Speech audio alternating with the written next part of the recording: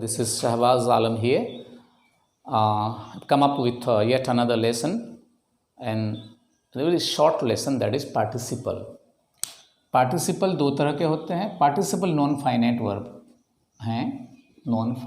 Verb हैं, और ये दो तरह के होते हैं, प्रेजेंट पार्टिसिपल और पास्ट पार्टिसिपल.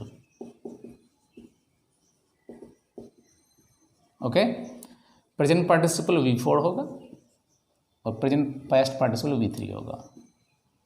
आपको मैं बतला दूं, प्रेजेंट पार्टिसिपल का ये कभी मतलब नहीं है कि प्रेजेंट टेंस से ही रिलेटेड है. प्रेजेंट पार्टिसिपल में occur in present tense, past tense and future tense. Likewise this past participle may also occur in present, past and future tense. Like,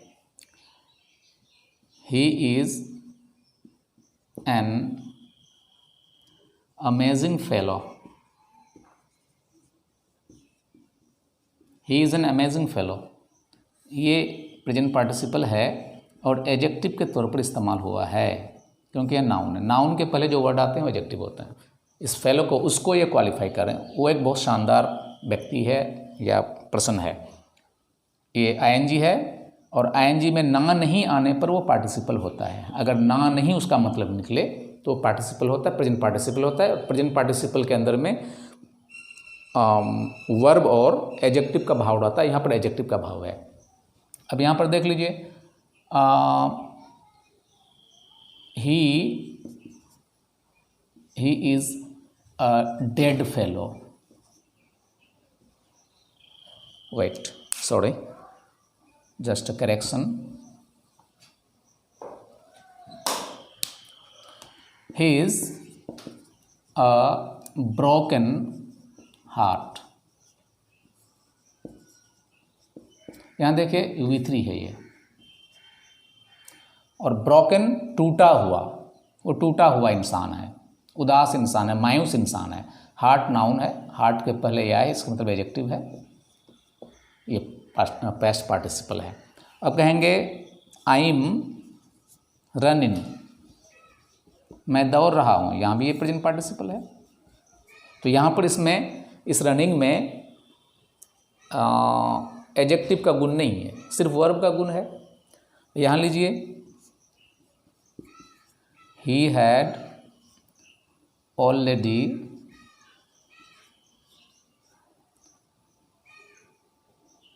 he has already gone home. वो पहले ही घर जा चुका है. यहाँ पर क्या gone है, पास्ट पार्टिसिपल है. V3 तो पास्ट पार्टिसिपल, लेकिन इसमें एडजेक्टिव का भाव नहीं है, इसमें सिर्फ वर्ब का भाव है. तो क्या है पार्टिसिपल, क्या है, ये वर्ब का भी पता देता है और एडजेक्टिव का भी पता देता है. अब हम समझेंगे एडजेक्टिव कब पता देगा, जब उसके बाद नाउन आएगा. जैसे हम बोलेंगे please remove the broken chair. टूटी हुई कुर्सी को हटा दो. यहाँ टूटी हुई कुर्सी नाउन है, कैसी कुर्सी, टूटी हुई, एडजेक्टिव का इस्तेमाल हो गया. और यहाँ पर हम बोलेंगे he has broken the law. उसने लॉ को तोड़ा है, कानून को तोड़ा है. ये नाउन है, लेकिन यहाँ पर ये वर्ब के तौर पर इस्तेमाल हुआ है. हालांकि पास्ट पार्टिसिपल ही है, ये प्रेजेंट टेंस है, लेकिन पास्ट पार्टिसिपल का इस्तेमाल हुआ है. अब हम कहेंगे आई सा नसीक रीडिंग.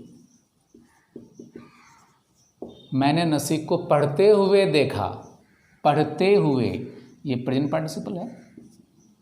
मैंने नसीक को पढ़ते हुए देखा, प्रेजेंट पार्टिसिपल, मतलब वो जब पढ़ रहा था, दौरान उसके पढ़ाई के दौरान में उसने देखा. और अगर ये कहेंगे हम ही सा मी रीड, इसका क्या मतलब हो जाएगा, उसने मुझे पढ़ते हुए देखा. ये भी, लेकिन इसका मतलब ये होगा कि जब वो पढ़ाई में ख़त्म कर रहा था उस वक्त देखा. पढ़ाई उसकी पूरी हो चुकी थी। ये फ़र्क है दोनों में। आई सा नसीक रीडिंग का मतलब हो गया कि वो उस वक्त पढ़ रहा था, मैंने उसे देखा। और अगर हम कहेंगे ही सा मी रीड, उसने पढ़ते हुए देखा, मतलब पढ़ाई का काम ख़त्म हो गया था।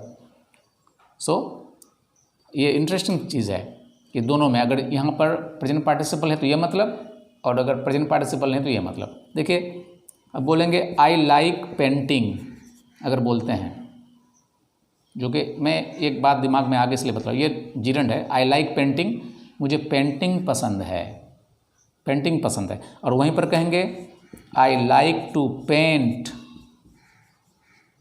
इन द मॉर्निंग, मुझे सुबह में पेंट करना पसंद है। ये पेंटिंग है नहीं कह सकते हैं। तो ये सब में ध्यान देना है। यहाँ पर जीरंड है, देखो आईएनजी अगर आता है तो वो जीरंड भी हो सकता है, प्रेजेंट पार्टिसिपल भी हो सकता है, और लेकिन जीरंड होने की स्थिति में ना का सेंस देगा, मतलब वो नाउन का काम करेगा। और प्रेजेंट पार्टिसिपल जब होगा वो तो नाउन का काम नहीं करेगा, वर्ब का करेगा या फिर एडजेक्टिव का करेगा। मैं 5 सेंटेंस लिख करके इस क्लास को रैप अप कर दूंगा, आप इसको आइडेंटिफाई करें इसमें जीरंड है या पार्टिसिपल है। He came running,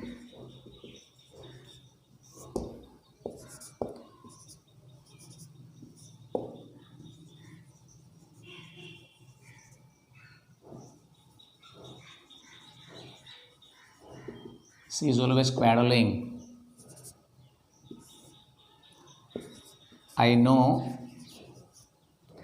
singing,